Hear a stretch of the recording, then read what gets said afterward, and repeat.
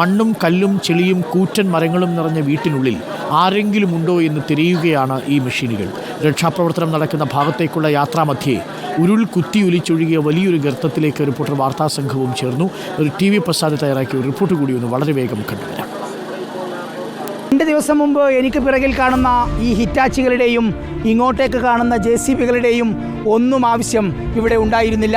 ഇപ്പോൾ മനുഷ്യർ എവിടെയുണ്ട് എന്ന് നോക്കുന്നതിനാണ് ഈ ഹിറ്റാച്ചികളും JCBകളും കൂട്ടത്തോടെ ഈ ദുരന്തബാധിത പ്രദേശത്തേക്ക് നീങ്ങുന്നത്. നമുക്ക് പ്രേക്ഷകരുടെ ശ്രദ്ധ ഈ പറയുന്ന ഈ ഉരുൾപൊട്ടൽ കുത്തിയൊഴുകിയ നദിയിലേക്ക് ഒന്ന് കൊണ്ടുവരാം. ഈ നദി എന്ന് പറയുന്നത് ഇതൊരു നദിയായിരുന്നില്ല, ഒരു ചെറിയ തോടായിരുന്നു. ഏറ്റവും കൂടുതൽ ദുരിതം വിതച്ച മുണ്ടക്കൈയുടെ അങ്ങോട്ടേക്ക് പോകുന്നതിൻ്റെ തൊട്ട് മുമ്പിലുള്ള വളവിലാണ് നമ്മളിപ്പോൾ ഉള്ളത്. നമുക്ക് ഇതിൻ്റെ ഭീകരത എത്രത്തോളം ഉണ്ട് എന്ന് അറിയുന്നതിന് നമുക്കൊന്ന് ഇവിടേക്ക് ഇറങ്ങി തന്നെ നോക്കണം. എങ്കിൽ മാത്രമാണ് ഇതറിയാൻ കഴിയുക.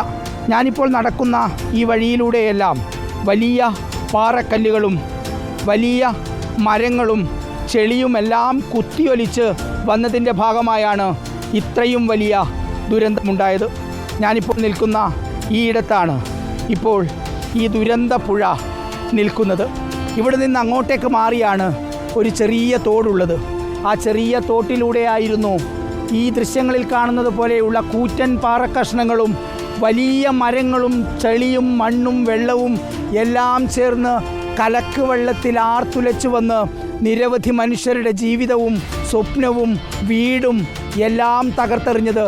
നമ്മളിപ്പോൾ ദൃശ്യങ്ങളിൽ കാണുന്ന ഈ രൂപമേ ആയിരുന്നില്ല ഈ പുഴയ്ക്ക്.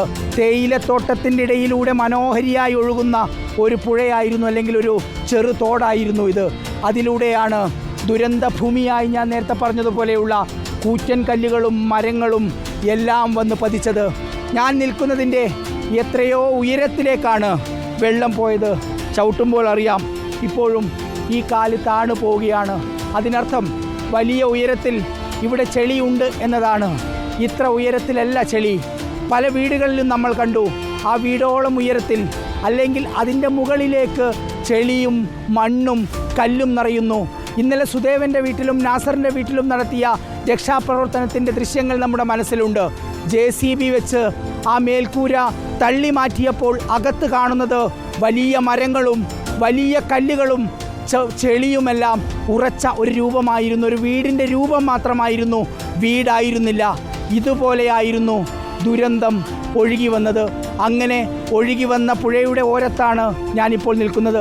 ഇതിൻ്റെയും എത്രയോ മുകളിലൂടെ ദുരന്തം ഇങ്ങനെ പാറയും കല്ലും മരവും ചെളിയുമെല്ലാമായി ഒഴുകി മനുഷ്യരുടെ ജീവിതവും സ്വപ്നങ്ങളും വീടുകളും എല്ലാം തകർത്തുകൊണ്ട് ഒഴുകി പോവുകയാണ്. ഇപ്പോൾ ഹിറ്റാച്ചികളും JCBകളും ചേർന്ന് ഈ വീട്ടിനുള്ളിൽ എവിടെയെങ്കിലും ഒരു ജീവനുണ്ടോ അല്ലെങ്കിൽ ഒരു ശരീരമുണ്ടോ എന്ന് പരതി നോക്കുകയാണ്. ഏറ്റവും വലിയ ദുരന്തം നമ്മുടെ കൺമുമ്പിൽ, ഏറ്റവും വലിയ ദുരന്തമായി വയനാട്ടിലെ ഈ ഉരുൾപൊട്ടൽ ദുരന്തം മാറുകയാണ്.